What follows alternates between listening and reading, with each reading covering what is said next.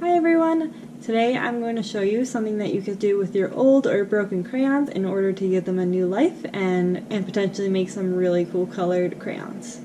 So what you're going to need for this are some old broken crayons, a glass jar or a tin can, they can come from a recycling bin, a saucepan, something to stir the crayons with, and some silicone or like candy molds that you'll pour the wax into.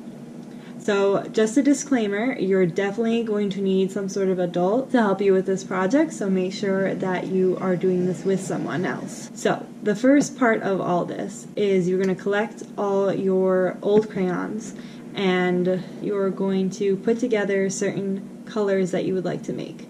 So for some of mine, I mixed blues and greens together, I mixed reds and oranges together, I mixed pinks and reds together. So you're going to think about the color wheel, which I'll put a picture up here, and you're going to think about, like when you're mixing paint colors, how you mix blue and red together to make purple. So just like with paint, when you mix different crayon colors together, you can make new colored crayons. So like I kept very analogous colors on the color wheel, meaning colors that sat next to each other on the color wheel, where if you mixed opposite colors, you would get a different effect. So like if I mixed a green with a red, I'm going to get a different color than if I mixed a blue and a green together. So there's just a little overview of some color theory, so when you're creating your crayons you can practice mixing your colors and seeing what colors you get. Alright, for this project you are going to need some broken crayons without the wrapper on it. So I took the time to peel off all the wrappers so that they don't have any paper on them. A jar or a tin can, you could use like one from your recycling bin, a small saucepan, some candy molds, this one's silicone, or you could also do plastic in whatever shapes you want, and then something to stir with. I'm going to use chopsticks so that I could just throw them at afterwards.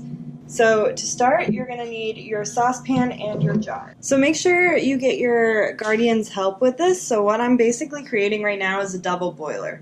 So in my saucepan, I have like an inch or so of water in the bottom that I'm bringing up to a boil. And then I have my glass jar or tin can. If you have an actual double boiler, you can use that. But I'm just going to use this because I don't want to necessarily be mixing crayons with what I'd be using to cook food in.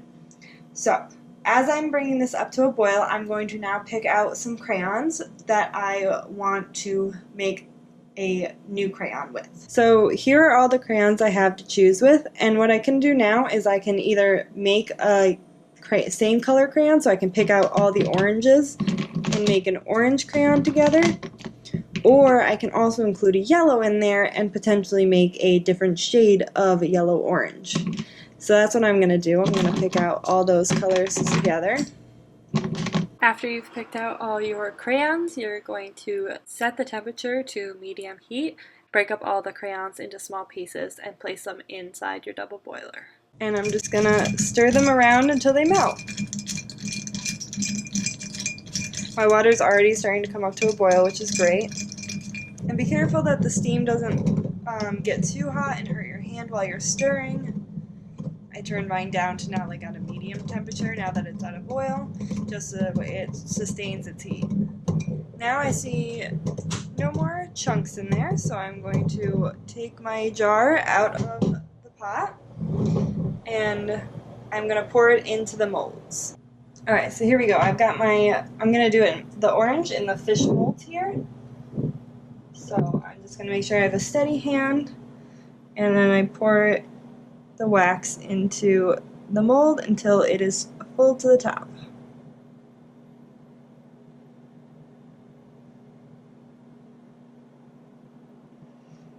Oops, I overfilled them a little bit, but when it cools down it will harden and then you can break off the pieces.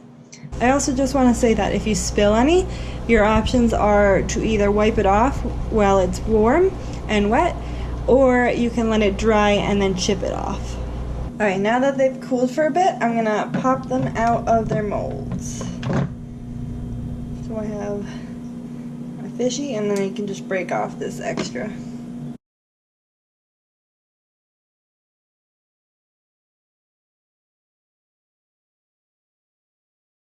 current set of ones that I made. I think these ones are really good because they come to a point like a crayon, where these ones might be a little harder to color with. These ones too, because they have a point that way, but you could also use the point of each of the stars.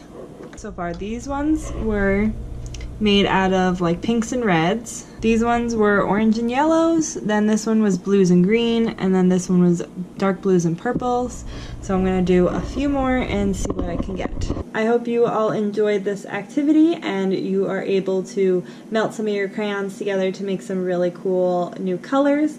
I'm going to show you some of mine that are my favorite, or what colors that they've turned out to be. So to start, I have my orange fish, which was created by mixing oranges and yellows together. And it makes a very nice light yellowy orange color. My pinks and red really just came out like a pink. This one is just my basic green. Blue and purple came out to be very blue purple.